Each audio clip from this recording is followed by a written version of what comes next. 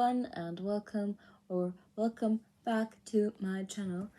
Today we're gonna be reading something new because the last 5 weeks or so I've been reading the same thing because it had multiple chapters.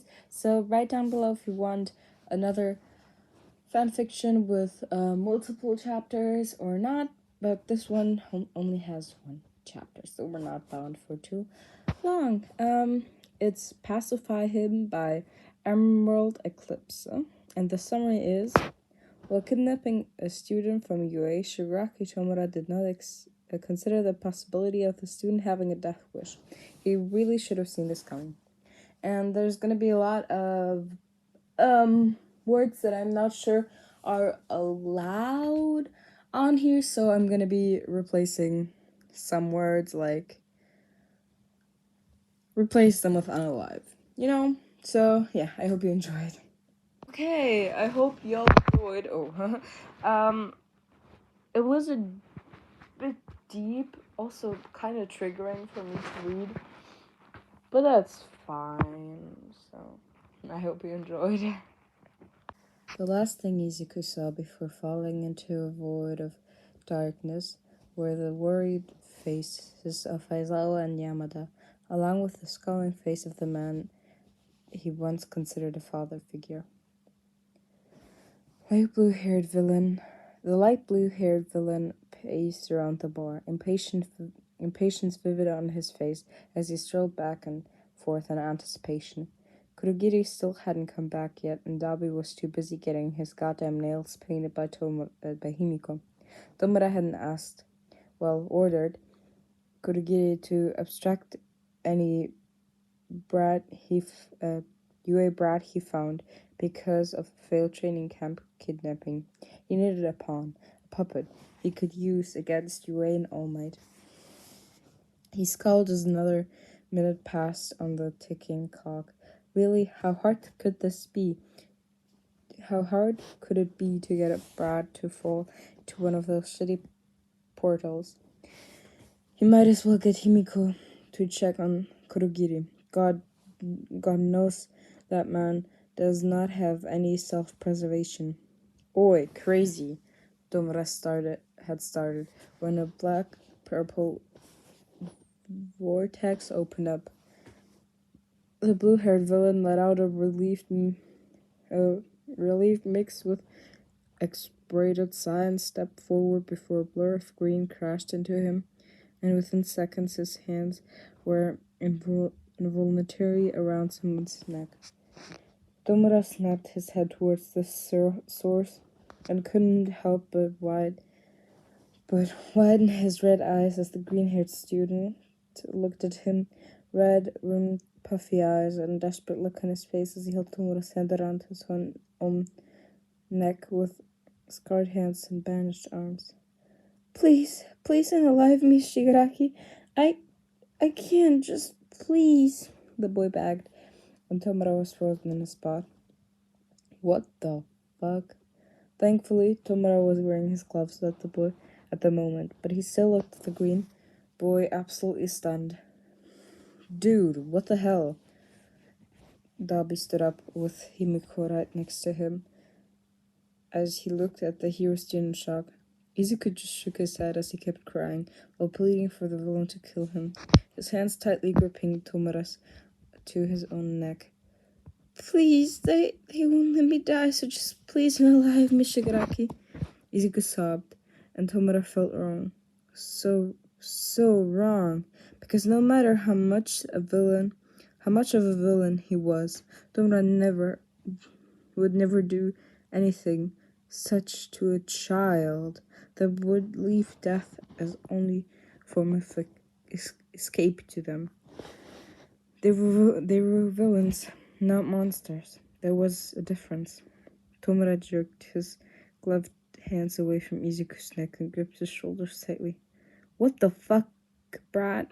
The blue-haired villain spoke, and Izuku just cried harder.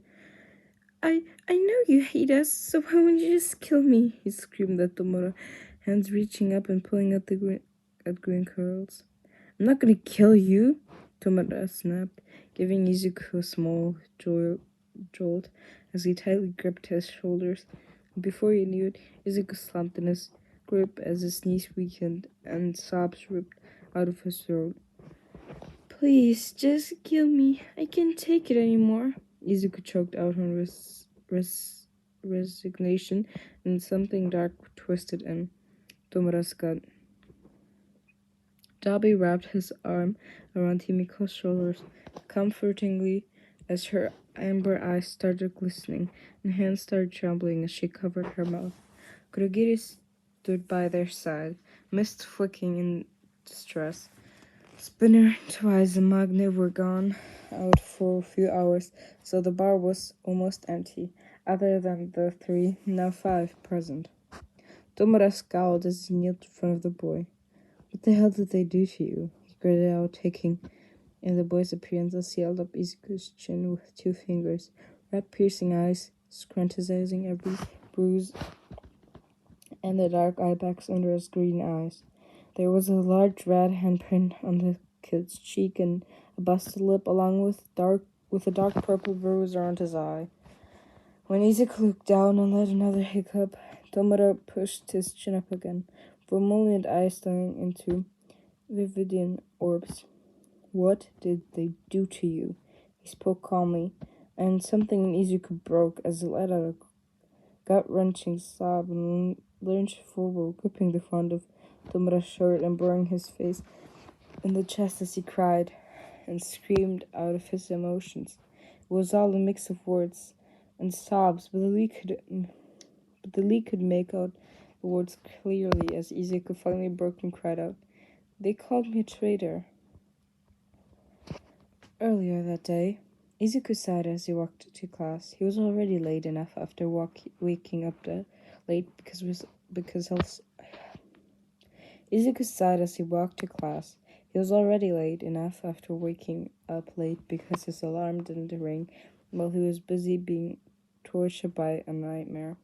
Same old Katsuki telling him to kill himself, him standing on that roof, him not jumping, but Katsuki pushing him, his mother pushing him with a snarl mixed with flashbacks of backhanded slaps and painful nails digging into the flesh of his cheeks. Izuku shook his head, taking a deep breath before gently knocking on the door. He didn't want to get Aizawa-san mad. It was never good when teachers got mad. Once he opened the door, Aizawa instantly looked towards him, but instead of anger or glare or disappointed look, all Izuku received was a subtle nod and strict teacher, dim more slightly softening in oxen eyes.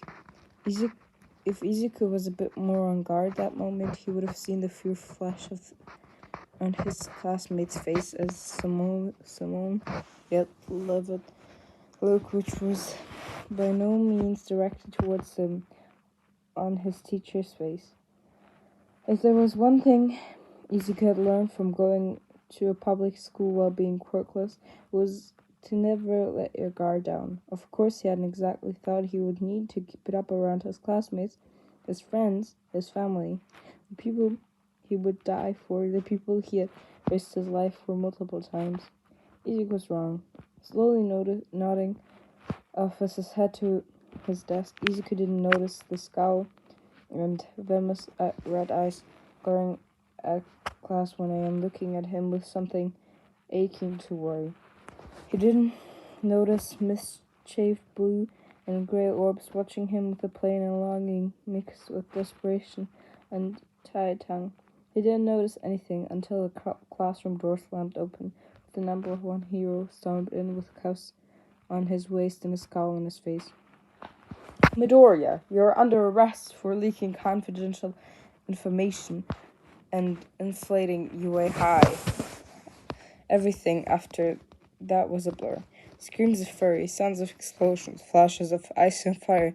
He smiled sadly at the 2 boys who paused and screaming at All Might, stared at him with anger, pain, and pleading red eyes, while breathing out a choked, "No." Heterochromatic eyes that held nothing but love and adoration, met with teary Ravidian once and teared up as the boy shook his head rapidly, struggling against the hold of a classmate as he screamed for Izuku not to go. "I'm sorry, Midori," someone from his class, but she wasn't able to recognize who, said guiltily. Izuku didn't hear anything after those words as he got dragged into an interrogation room with metal cuffs digging into his wrists and the familiar emptiness of being quirkless, useless, and null inside him. He didn't say anything except repeat the initials and look at All Might in betrayal.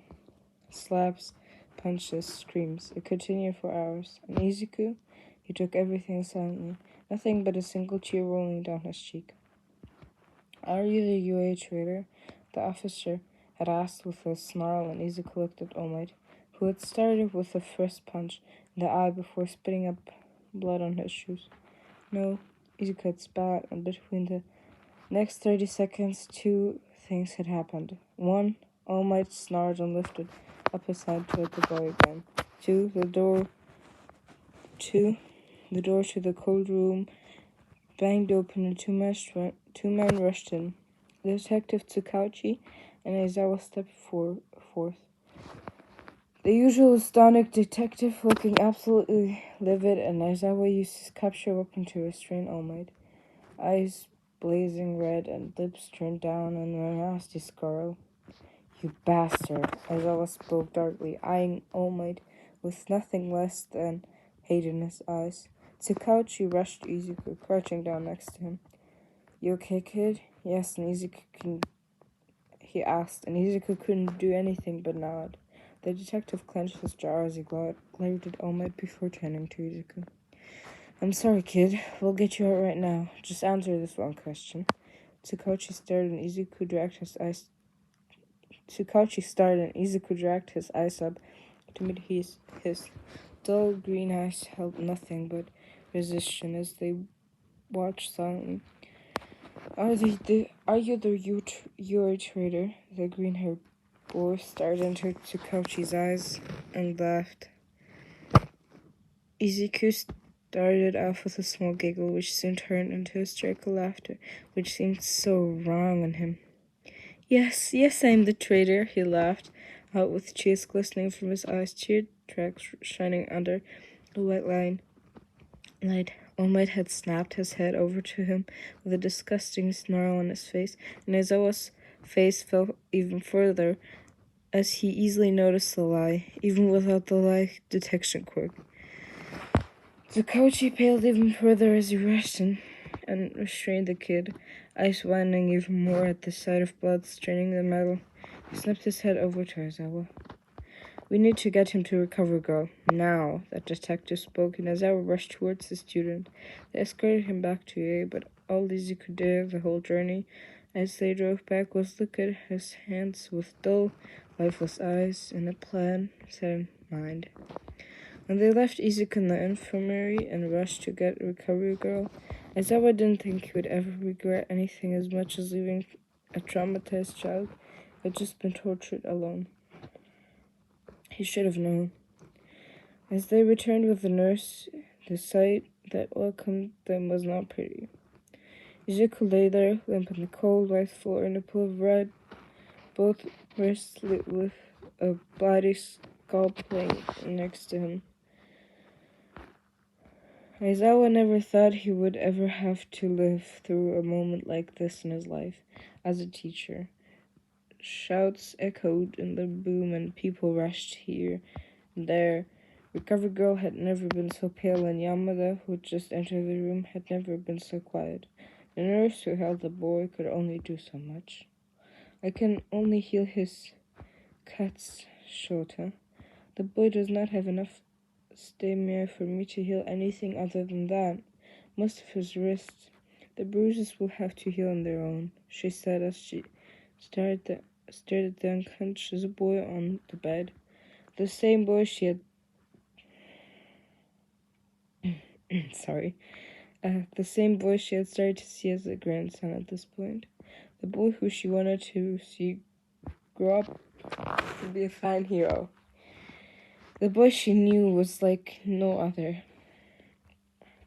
Aizawa just clenched his jaw and kept a straight face, despite the shine that had started forming in his eyes, despite that one stubborn tear that still ended up falling out of his eye. When Izuku had woken up, he screamed and thrashed around, ignoring all pleas and requests from him, telling him to calm down and relax because why the fuck did they think they had the right to tell him it was gonna be okay after all they did? He had escaped there. He had escaped there and then from the infirmary, and he had even made it to the gates of UA before Yamada-sensei and Zawa-sensei had rushed up without nothing but concern and fear in their eyes. And only for 1 minute, Izuku wanted to change his mind. Because they didn't do anything. He paused before taking a small step forward. But it didn't feel right to hurt them like this. But then All Might sprinted up behind them and Izuku tensed. No, not him. Not again. He shook his head before taking a step backwards. As soon as All Might stepped forward, Izuku turned back, only to meet a warm, fuzzy static feeling instead of the ground. Last thing he had seen before disappearing was the worried faces of Aizawa-sensei and Yamada-sensei, along with All Might's calling one. Now, Tomura was seething as something inside of him itched to destroy, to crumble everything and everyone to the ground. Dabi was no better. Whips of smoke curled around his hair and shoulders, while blue flames danced on the tip of his fingers, burning off the black nail polish Himiko had only recently painted. Kurogi's mist flickered abnormally as glowing golden eyes glared at the glass he had randomly started cleaning. Himiko's tight grip on her knife and her sleeve left marks on her hand from the pressure as her usual smile turned into a grin full of bloodthirst and promising revenge, looking more like a scowl instead. Magna, Jin, Mr. Compress and Spinnerhead came in a while ago and started at the side in front of the hero student and Tomura's arms, but one sharp glare from him shut anything they were going to say up. Tomura didn't know when he had wrapped his arms around the boy, but he didn't remove them as he kept the kid's head tucked under his chin, soft green curls brushing against his chin. He didn't know why he felt like this. He was a villain. Villains weren't supposed to be nice. They weren't supposed to feel angry for a child who had been betrayed by some people, shunned away from his friends, his family. They weren't supposed to already feel attached to this child, but they did. Maybe Tomura saw himself in him. Maybe he saw that small, tiny, black-haired boy who dreamed of being a hero, who had been hurt by his own father, who was never saved by a hero. Maybe Dabi saw himself in him.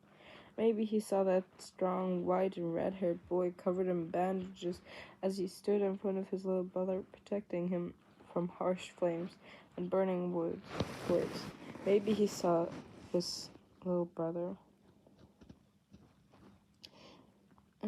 Maybe Himiko saw her own little brother in him. Maybe she saw a boy who had a quirk similar to hers, better than hers, but still abused by society, being called a copycat and a thief.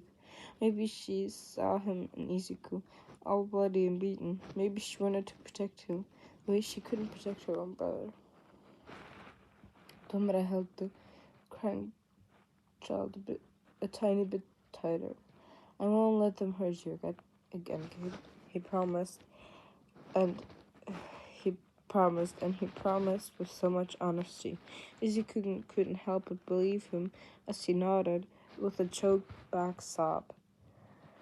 So, is he gonna stay with us now, or? Dabi frowned as he slowly paced around the room, hands in his pockets, as whips of smoke slowly bled into thin air. Tomura took a deep breath in contemplation. And what do you say? Do you think you can deal with these assholes 24/7? He gestured to the league as he asked Izuku, who slowly looked up with cheery red eyes.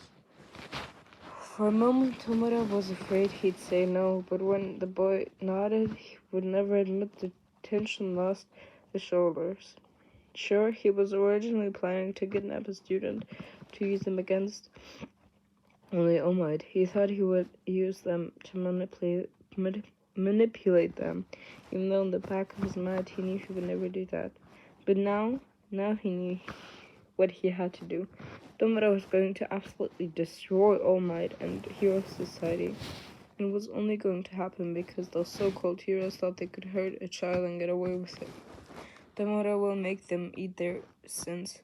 Tomura will hurt them so much he would make sure they would regret doing what they did. They would regret hurting All For One's son. Also, trigger warning for suicide and self-harm.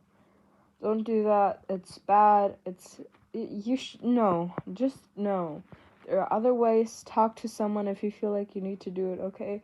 But also don't feel guilty if you did it because you didn't know what else to do. I get it. It's fine. It's okay. Just please talk to someone if you're not okay and if you need help. Okay, I love y'all. Enjoy it.